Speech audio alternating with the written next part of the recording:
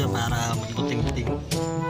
Papalit tayo ng shifter pad kasi butas na, nadurog na siya. So palit tayo ng bago. Ito, mura lang po natin ito nakuha sa Lazada, more or less 200 pesos. Check nyo na lang din, marami pang mura ron. Kapapalit lang din natin ng shifter pad, ng shifter gear dito, shifter stick ba tawag doon o ano. Check nyo sa unang video natin kung paano natin pinalitan. Dito muna tayo, palit tayo. So dito natin yung mga wala dyan. Yun. Dito meron tayong nakikitang isang tornilyo. Mukhang pinipindot lang po yung gitna nito. Pupush lang natin yung gitna at umangat siya. Then din po sa kabilang side, meron din siya dito. Ay, wala na, natanggal na. At ano pa ba dito, tingnan natin. So kailangan natin tanggal dito mga to. Marami kasi dito.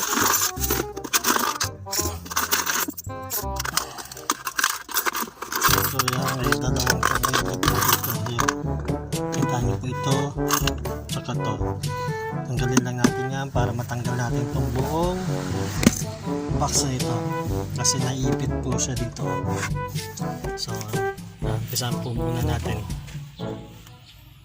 Ito po mga kalikot, wala tayong makitang size ng para dito 4, puro 5 ang meron ako ayan mga walang silbing tools.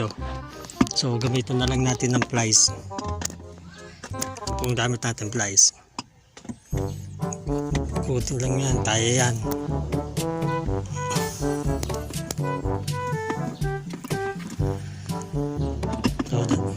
Dalawang kamayin ko na po para hindi mahirap pa. Kakat muna natin.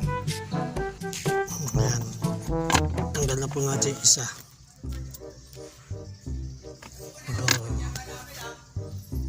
Isa na lang po ito. Hindi kaya ng kamay. Pa-plies natin ulit.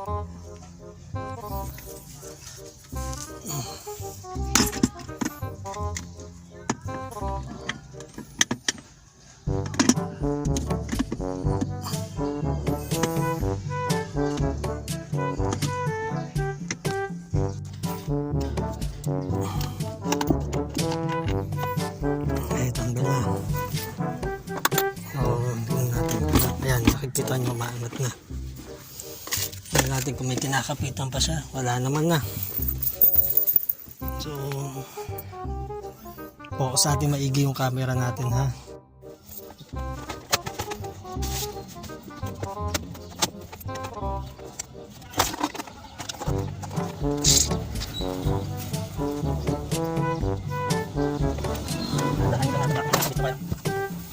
Okay, slide lang. So ayan po siya, tanggal na. Sabi natin sa loob.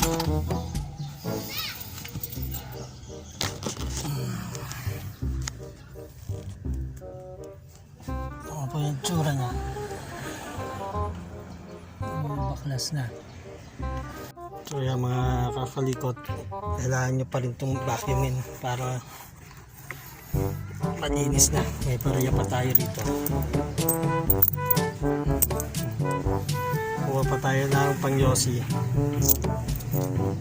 So meron tayo ulit pang D4 pareha. So tanggal natin yan. Then buti na rin natin to. Kailangan natin tanggalin yun. Screw lang po yan dito sa gilid, dalawa. Yan po. Tapos susunod natin yun.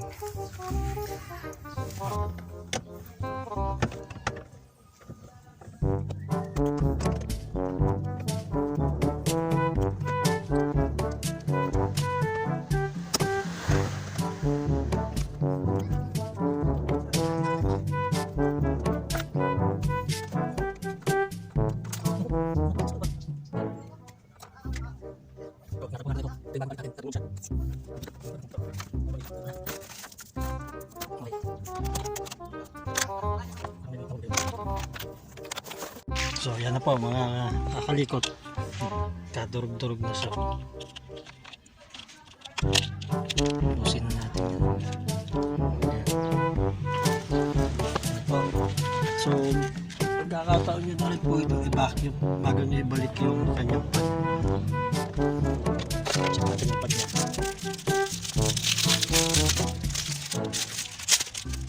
So ayan po, papasok na natin siya. Diyan lang po, mag-slide lang naman siya dyan. Hindi yan, hindi nyo po pipindot siya kahit ang gawin natin pindot. Kailangan nyo po muna. Kahit hindi nyo na maisusi, pindutin nyo lang itong lakong po ito. Yan. Para po may pasok natin siya. Pasok po natin.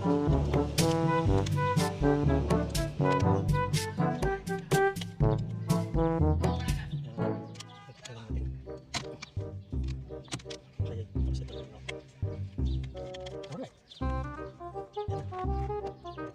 Shifter pad. Pero maganda nito, i-vacuum po muna natin. Tignan nyo po, nagkaroon pa rito ng ano. Parang may parlor yata rito. Ito yung mga tirang kadurog-durog na. So, sige, tapusin natin yung pag-vacuum bago natin ibalik lahat. So yung pagbalik po, kung paano natin tinanggal, ganun din po yun. Okay? Ito po ay yung vacuum mas maganda, portable. Ayan.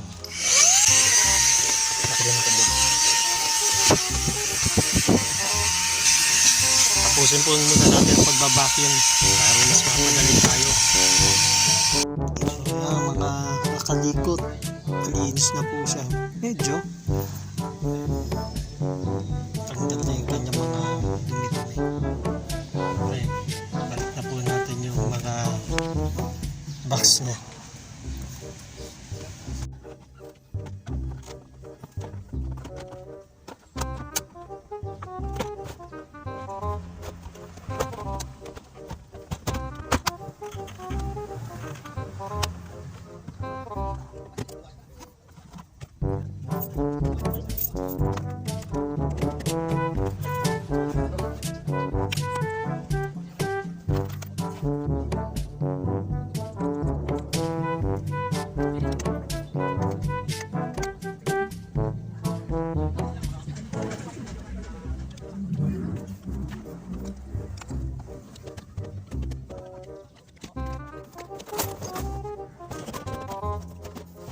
Tornilyo pala po muna nito.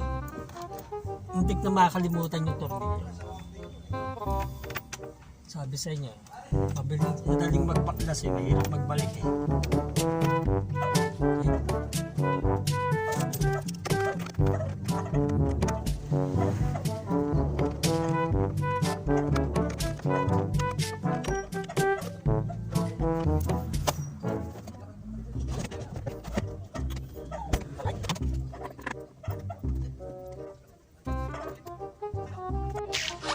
So yan, mga nakalikot.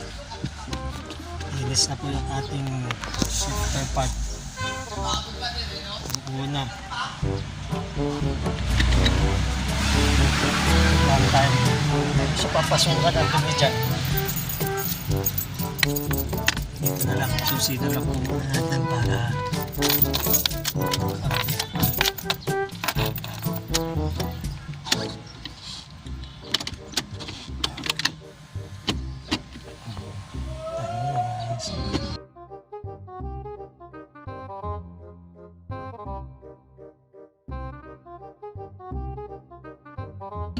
alright.